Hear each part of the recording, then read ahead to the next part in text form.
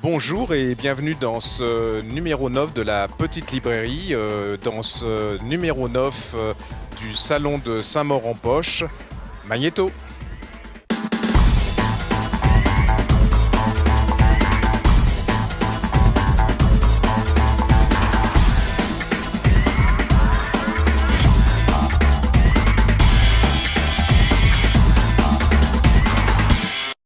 Eh bien, bonjour.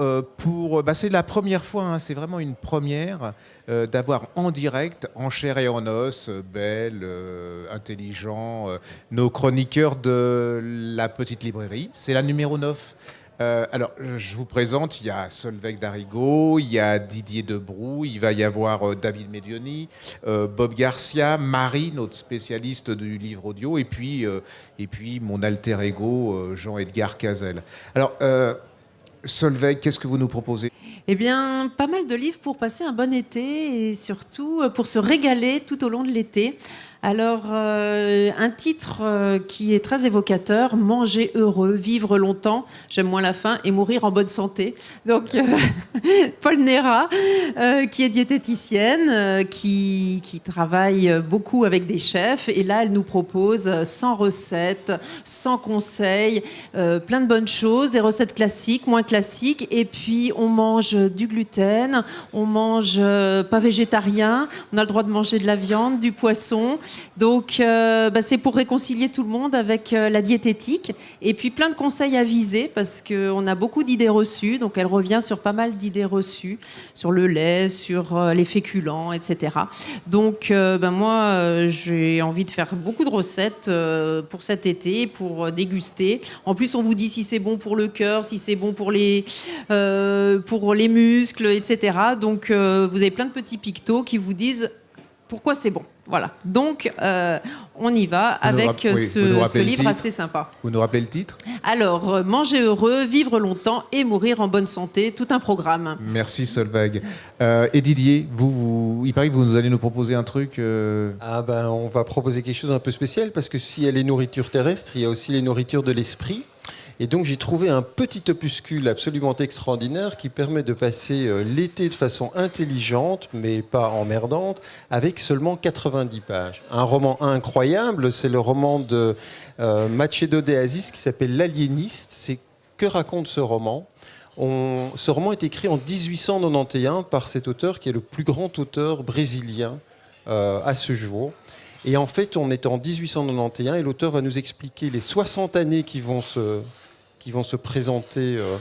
Et puis ensuite, il va expliquer la Révolution. Donc on est dans un petit village dans le Brésil où un scientifique va convaincre, on va dire, le maire local que tout ce qui n'est pas scientifiquement prouvable relève de la folie. Et que donc il va créer une maison de fous dans ce village. Et au bout de quelques semaines, les 3/4 du village vont être enfermés dans la maison de fous. Et en fait, l'auteur décrit par son mécanisme comment on instaure une dictature. Alors c'est absolument extraordinaire parce que au scalpel, on voit en fait tout ce qui va se produire entre 1890 et puis les années 40. Et puis évidemment, comme après chaque dictature, le peuple se révolte. Et donc il y aura, et là l'auteur fait avec une intelligence très subtile le parallèle avec la Révolution française et démontre comment des hommes de bonne volonté qui veulent renverser le pouvoir pour le donner au peuple deviennent eux-mêmes des corrompus et qu'à partir du moment où ils sont corrompus, on instaure une autre dictature. C'est 70 pages de pur bonheur, c'est écrit dans un style tout à fait accessible, c'est intelligent. On lit ça sous l'olivier, on en sort plus intelligent et on a l'impression que les vacances ont été belles et intéressantes. C'est super. Ouais. Moi, je vais vous proposer un petit livre qui est sorti en livre de poche, mais qui est un grand livre par le contenu de Tatiana Droney, qui s'appelle Manderley Forever. C'est l'histoire, tout le monde connaît, on la connaît. Oui. Daphné du Maurier. Oui. Mais l'histoire de Daphné du Maurier, c'est pas du tout celle que colporte l'histoire officielle. C'est-à-dire qu'on en a fait une bourgeoise, un peu neuneux, qui écrit des romans classiques, et c'est absolument pas ça dans ce livre, dans cette biographie.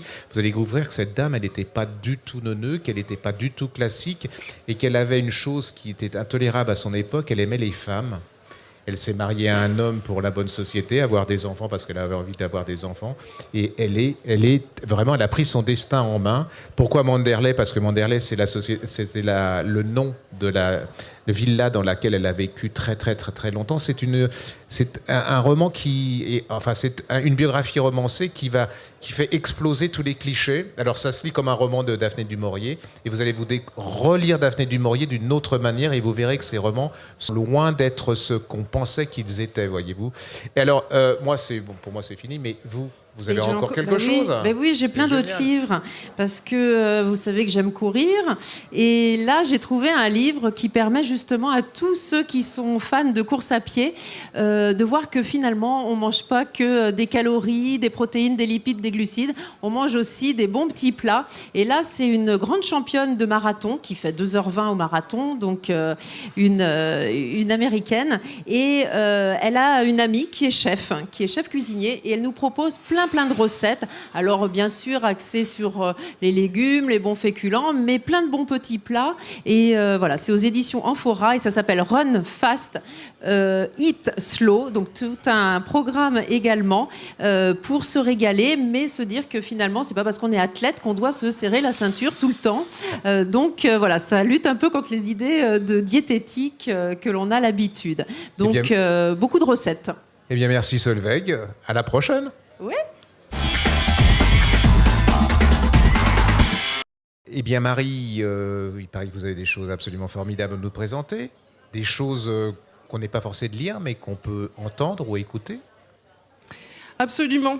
Et pour une fois, je ne vais pas vous proposer des livres pour adultes, je mets des livres pour les adolescents. Parce que c'est bientôt les vacances, qu'on va passer des heures dans les transports. Et il y a une méthode radicale pour avoir la paix dans la voiture. Elle est vraiment extraordinaire, c'est de permettre à vos ados d'écouter des histoires qui sont faites pour eux.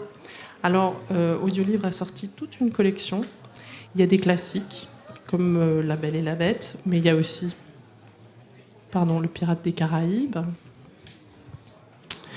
Percy Jackson. Donc en fait, bon, là, il joue un petit peu sur des films qui ont marché, mais l'idée, c'est de faire revenir les enfants à la lecture, de leur donner envie de s'intéresser à nouveau. Moi, j'ai écouté avec ma fille Miss Peregrine dans la voiture.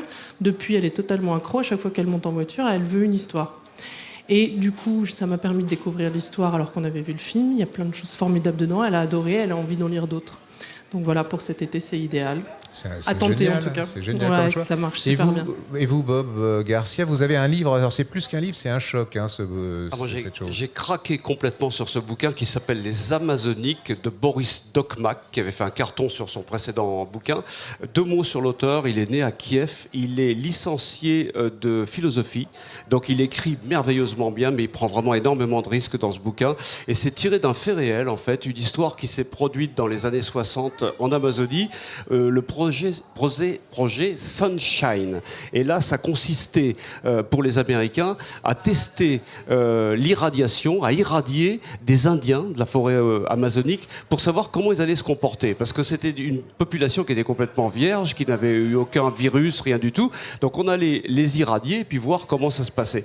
C'est complètement virtuose, c'est hallucinant ce bouquin-là. Et puis il arrive à faire la combinaison de différents genres, à savoir que c'est un roman d'aventure, mais c'est un véritable thriller. Par moments aussi, c'est un roman, faut le dire, assez trash, assez cash, assez gore. Hein, vous êtes d'accord? Vous l'avez lu aussi, je crois, Gérard. Et vous, du début à la fin, de la première ligne à la dernière ligne, vous ne le lâchez pas, ce bouquin. Donc je vous le recommande plus que chaudement. C'est Boris Dokhmak, publié à la Mécanique Générale. Il faut savoir aussi pour la petite histoire que la Mécanique Générale, c'est la version de poche, c'est l'édition de poche des éditions Ring. Donc allez-y, vous pouvez lire ça franchement, allez-y les yeux fermés, il n'y a aucun problème, vous ne serez pas déçus. Tout ce qu'a écrit Dokhmak, c'est extraordinaire. Il faut rappeler que cet auteur était invité au Salon de Saint-Maur en poche l'année dernière. Donc c'est une référence grâce à Bob. Moi, je vais faire beaucoup plus léger, hein, beaucoup plus... voilà. C'est un super livre, il s'appelle Ivan Calberac, ça s'appelle Venise n'est pas en Italie. C'est en livre de poche. C'est l'histoire c'est un petit garçon, enfin plutôt un ado, qui est amoureux, comme tous les ados. Il appartient à une famille, vous savez, les groseilles. Et il va tomber amoureux de la famille qui... Elle est pas groseille en face, Les parents sont musiciens, chefs d'orchestre, ils ont de l'argent et tout. Et puis, il est tout timide hein, quand il est dans cette famille. Il cherche les patins, par exemple, quand il va rentrer dans le salon, mais il n'y a pas de patins. Hein, donc, il a des trous à ses chaussettes. Donc, il est très, très mal. Et puis, un jour, la famille lui dit on va à Venise et puis on emmène notre fille, si tu veux, accompagne-nous. Et il prévient ses parents et ses parents leur disent oui, on va t'accompagner. Le problème, c'est qu'ils y vont en mobil-home, voyez-vous, donc ça va pas du tout le faire. Et vous allez vous retrouver à Venise avec un ado qui est complètement désarçonné face à ses futurs beaux-parents, assez riches, élégants, et puis ses parents, vous savez, la maman, elle est en bleu, les cheveux, vous savez, un peu violets. Donc, c'est adorable. C'est tout en tendresse, en gentillesse. C'est plein d'humour. Puis ça va vous rappeler des souvenirs parce qu'on a tous été ados et puis on a tous été maladroits. Quel âge, ça, à peu près? À peu près 14 ans. Ah oui, d'accord. Voilà. Donc, je vous conseille, hein, ça rend heureux, c'est léger, c'est sympa. Puis vous pouvez le faire lire à vos gamins à partir de 14-15 ans, ouais. Voilà. À bientôt. Et maintenant, nous retrouvons de nouveaux chroniqueurs. David Méonic, qu'avez-vous à nous proposer? Alors, ce mois-ci, Gérard, j'avais envie de vous parler de La Tresse de Laetitia Colombani, qui est un premier roman qui vient de paraître chez Grasset, avec l'histoire de 3 femmes entremêlées. Il y a Smita, qui est une indienne qui s'occupe de laver les latrines des gens et qui a envie que sa fille échappe à l'école, qui échappe à cette situation et aille à l'école, et qui se bat bec et ongle pour que sa fille aille à l'école. Il y a Giulia qui est en Sicile et qui apprend que son père a un accident et du coup elle est obligée de reprendre l'entreprise de son père et elle se rend compte que l'entreprise de son père est criblée de dettes et elle doit se battre justement pour essayer de sortir l'entreprise de ce marasme dans lequel elle est. Et puis il y a Sarah qui est une avocate working girl canadienne qui apprend qu'elle a un cancer. Et en fait, l'histoire de ces 3 femmes est vraiment une histoire magnifique parce qu'à la fois elles se battent toutes les 3 pour sortir de leurs conditions, pour s'affirmer en tant que femmes. Et c'est vraiment des très très beaux portraits de femmes. Moi, j'ai été vraiment bluffé par ces portraits de femmes. Et j'ai aussi aimé la façon dont Laetitia Colombani arrivait finalement à relier ces 3 histoires. J'ai vraiment été époustouflé par ce livre. Je l'ai lu en une nuit et j'ai vraiment beaucoup aimé. Donc je le conseille aux téléspectateurs de la petite librairie ce mois-ci. Merci. Maintenant, mon alter ego, Jean Cazel, c'est un des fondateurs de la petite librairie. Vous avez quoi à nous proposer de... Moi, au risque de surprendre tout le monde, j'ai comme lecture de l'été un livre un peu de détente qui s'appelle Lettre à Stella de Yonah Gray chez Pocket. Et pour les gens qui me connaissent, c'est pas du tout le genre de livre que je lis d'habitude parce que c'est l'histoire d'une passion amoureuse sur une 40aine d'années. Et l'originalité de ce livre, c'est que ça se passe à la fois de nos jours et dans les années 40, dans le Blitz à Londres, où il y a une passion amoureuse entre une femme de révérend et comme ça arrivait souvent, un aviateur américain qui bombardait l'Allemagne et qui était donc stationné en Angleterre. Et ça se passe également de nos jours parce qu'il y a une jeune squatteuse dans le Londres d'aujourd'hui qui est également très bien décrit, qui va retrouver des lettres que l'aviateur de nos jours a envoyées à cette dame qu'il n'a jamais revue. Et la quête de cette jeune enquêtrice, si on veut dire, ça va être essayer de retrouver cette dame qui maintenant a 80 ans et voir si elle peut raccommoder le passé avec le futur. Ça fait un peu penser à vraiment une passion amoureuse qui s'est déroulée il y a très longtemps sur quelques jours, un peu ce qu'on pouvait ressentir dans le film de Clint Eastwood sur la route de Madison. C'est vraiment un très très beau livre, détente et à la fois avec une description de Londres d'hier et d'aujourd'hui absolument superbe. Lettre à Stella aux éditions Pocket. Moi, je vais vous proposer un polar assez particulier qui s'appelle La nuit n'est jamais complète de Nico Takian, c'est chez Pocket.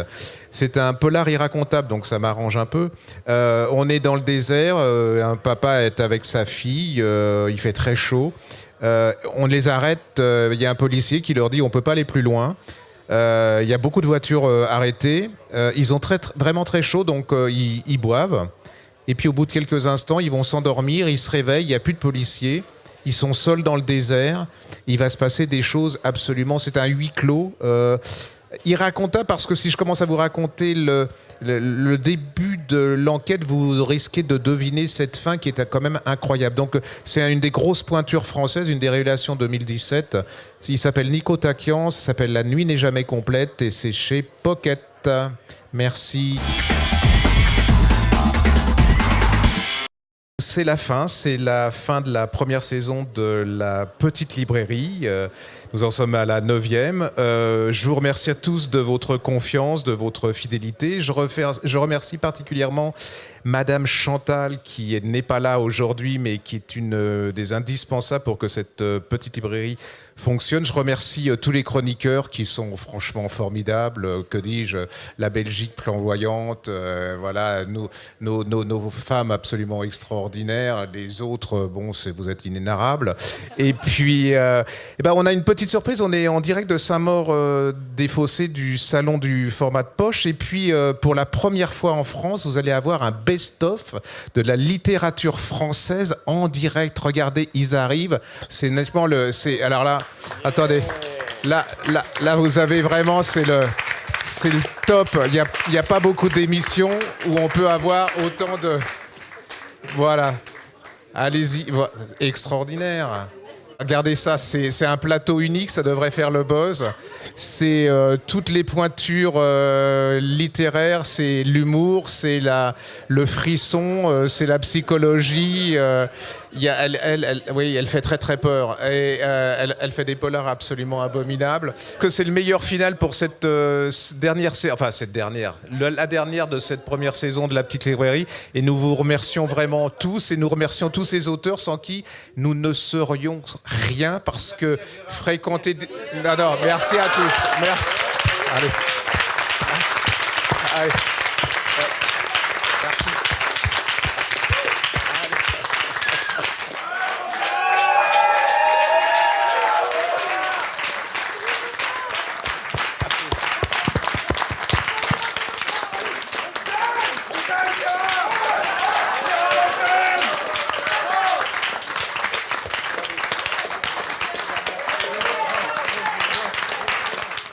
Et oui, comme le temps passe vite, c'est déjà la fin de la première saison.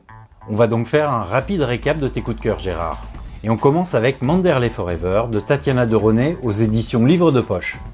Venise n'est pas en Italie d'Ivan Kelberac aux éditions Livre de Poche. Et on termine avec La nuit n'est jamais complète de Nico Takian aux éditions Pocket. Et vous pouvez bien sûr commander cette sélection de livres sur le site de la librairie en ligne lagriffenoire.com. Et avant de nous quitter, n'oubliez pas de partager nos posts Facebook et de vous abonner à notre chaîne YouTube Griffe Noire TV. Rendez-vous le mardi 12 septembre 2017 pour le premier numéro de la Petite Librairie, saison 2. Toute l'équipe de la Griffe Noire vous souhaite un bel été. Bonne lecture à tous!